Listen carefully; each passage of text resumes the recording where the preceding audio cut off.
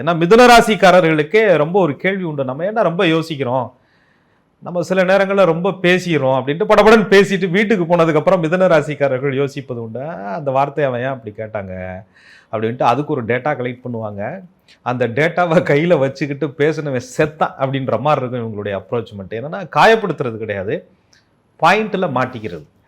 நீ வாயை கொடுத்து மிதுன ராசிக்காரர்கள்ட்ட ஜெயிக்கணும்னு ஒருத்தர் நினைச்சாங்கன்னா அது தோல்வியில தான் போய் முடியும். ஸோ அதுக்காக தான் அப்படின்னு ஆர்கியூமெண்ட் பண்ற ராசி கிடையாது. அவங்க சொல்ற டேட்டாவுக்கு, அவங்க சொல்ற பதிலுக்கு உங்களால பதில் தர முடியாதே. அவங்களுடைய வியாக்கியானம்னு சொல்லுவாங்க, அதை புதன் இயற்கையிலே உங்களுக்கு கொடுத்துட்றாரு. அந்த நுண் அறிவு அதை புதனமே ரொம்ப கேள்வி வைக்கும் தன்னை.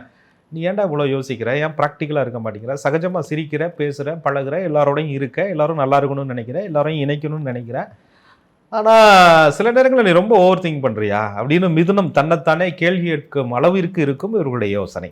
அதனால் அந்த மிதுனத்தை கையாளுறது, அவங்களோட நட்பு பாராட்டுறது அப்படிங்கிறது அது ஒரு தனி சுவாரஸ்யமான ஒரு கதையினே நான் சொல்லுவேன்.